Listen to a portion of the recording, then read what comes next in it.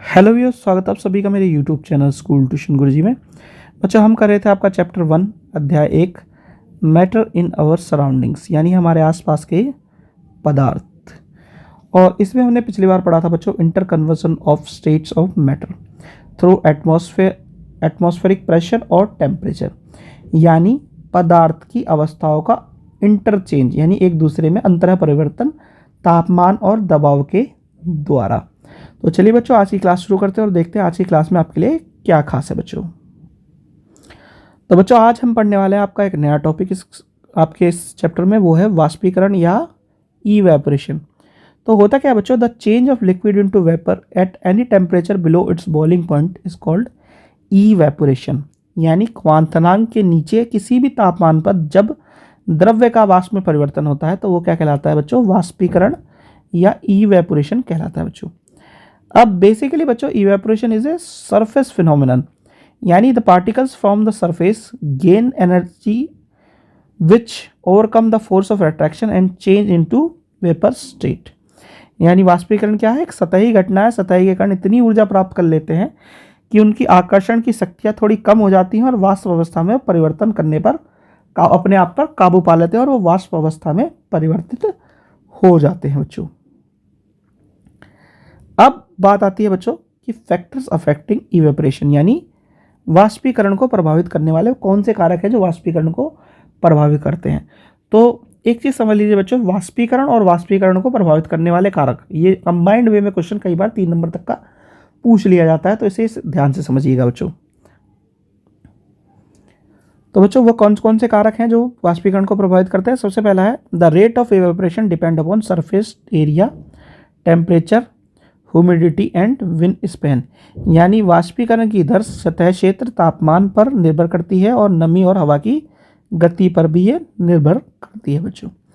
फिर क्या है बच्चों, increase in the surface area increase the rate of वेपरेशन, यानी जैसे जैसे सतह क्षेत्र वृद्धि होती जाएगी, यानी जो एरिया है वो बढ़ता जाएगा, तो जो वाष्पीकरण की दर है वो भी तुम्हारी बढ़ती चली जाएगी बच्चों। यानी एक छोटी चीज़ होगी वो थोड़ी जल्दी कम देर में कब वो होगी, वाष्पीकरण होगा उसमें, और एक ज़्यादा जगह होगी तो ज़्यादा जल्दी हो जाएगा बच्चों। फिर है increase in temperature increase the rate of वेपरेशन, यानी तापमान में वृद्धि से वाष्पीकरण की दर बढ़ जाती है। इसका एक समझने का उदाहरण सबसे आसान ये है कि गर्मियों में कपड़े जल्दी सूख जाते हैं अगर आप धूप में डालते हैं, तो इन कंपैरिजन करें अगर सर्दियों में आप कपड़े डालते हैं तो सर्दियों में थोड़ा लेट सूखते हैं, क्योंकि सर्दियों में टेम्परेचर थोड़ा कम होता है और जो गर्मी होती है उसमें तापमान थोड़ा या टेम्परेचर थोड़ा ज़्यादा होता है बच्चों। फिर क्या कहता है बच्चों, increase in humidity decrease the rate of evaporation, यानी आर्द्रता में वृद्धि से वाष्पीकरण की दर कम हो जाती है। अब आर्द्रता आपने ध्यान दिया होगा, जो चिपचिपाहट सी महसूस होती है आपके शरीर पर, वो होती है आर्द्रता, आपको जो है महसूस होती है जब आप बारिश वगैरह के सीजन में जाते देखते हैं। तो वो क्या है, उससे क्या है कि एटमॉस्फेयर में ही वाटर की ड्रॉपलेट्स कुछ कुछ आ गई हैं। तो ये क्या करता है बच्चों, जो रेट ऑफ इवेपोरेशन है इसे ही थोड़ा धीमा कर देता है, यानी जो वाष्पीकरण की दर है उसे कम कर देता है। फिर क्या है बच्चों, the increase in wind speed increase the rate of evaporation, यानी अगर हवा की गति बढ़ जाती है तो भी वाष्पीकरण की दर बढ़ जाती है, क्योंकि वो अपने साथ साथ वायवीय कणों के साथ जो पानी के कण हैं वो जाने शुरू हो जाते हैं बच्चों। चलिए अब आगे बढ़ते हैं बच्चों। तो ये क्या दिखाया है बच्चों कि वाष्पीकरण कैसे होता है आपका बेसिकली। तो होता क्या है कि जब लिक्विड होता है तो उसमें कुछ कम एनर्जी होती है, और जैसे ही वो उस पर कुछ एनर्जी हमें मिलनी शुरू होती है तो धीरे धीरे एनर्जी क्या है, ऊपर उठना शुरू होती है, यानी कण ऊपर उठना शुरू होते हैं। और जब उनमें इतनी एनर्जी मिल जाती है कि वो पानी से अलग होने के चांसेस हो जाए उनके, तो वाष्पीकरण के तौर पर ऊपर की साइड में उड़ जाते हैं बच्चों। आगे है बच्चों मेन आपका टॉपिक, एक जो और क्वेश्चन आपका पूछा जाता है 3 नंबर का अलग से टॉपिक में से, वो है इवेपोरेशन कॉजेस कूलिंग, यानी वाष्पीकरण के कारण ठंडक होती है।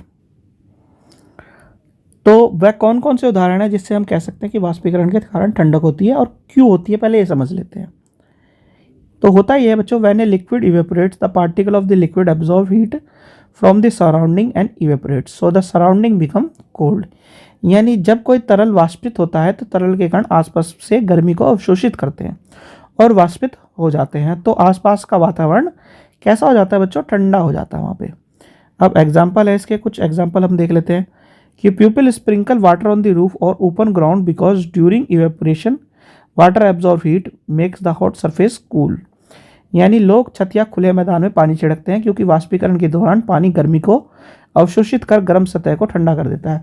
और ये फिनोमेनन बच्चों आप लगभग अपने घरों में देखते भी हैं, क्योंकि अब जैसे जैसे गर्मी का सीज़न आ रहा है तो जब आप ऊपर सोने के लिए जाते हैं उससे पहले आप क्या करते हैं, पूरी छत के ऊपर पानी अच्छी तरीके से गिरा देते हैं। तो छत जो गर्म होती है पानी गिरने पर वो धीरे धीरे ठंडी हो जाती है, और ठंडी होने की वजह से आप उस पर आराम से सो सकते हैं। चाहे आप छत पे सो जाएं अलग से चटाई बिछा करके या चार पे बिछा करके सोना चाहे तब भी आप आराम से उस पर सो पाएंगे, क्योंकि आपको अब ठंडक महसूस होगी। और वो क्यों हो रही है बच्चों, क्योंकि जो गर्म सतह थी उस पे से गर्मी अवशोषित होकर के ठंडी हो गई है और वाष्पीकरण के दौरान कारण ऐसा हुआ है बच्चों।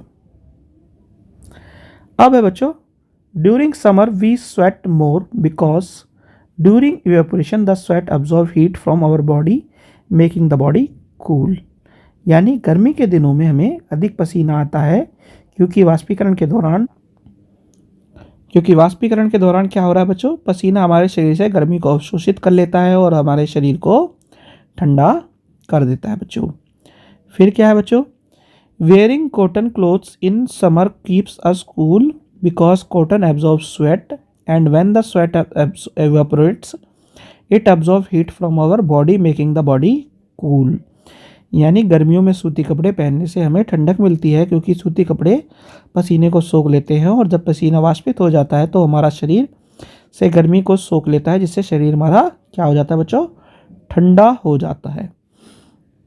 अब एक जो क्वेश्चन आपका पूछा जाता है एसीटोन से, कई बार पूछ लिया जाता है एसीटोन को वाला, कि होता क्या है, if we put acetone on the hand then acetone gets converted into vapour by taking heat from our hand and that's why we feel coolness on the hand. और ये क्वेश्चन पूछा जाता है ऐसे कि एसीटोन से कूलिंग इफेक्ट कैसे पता चलता है, यानी एसीटोन आपको ठंडा महसूस क्यों होता है कई बार। तो होता क्या है कि अगर हम हाथ पर एसीटोन डालते हैं तो एसीटोन हमारे हाथ से ऊष्मा लेकर वाष्प में परिवर्तित हो जाता है और इसी कारण हमें हाथ पर शीतलता महसूस होती है, जिस वजह से हमें क्या लगता है कि हमारा हाथ थोड़ा ठंडा हो गया है बच्चों।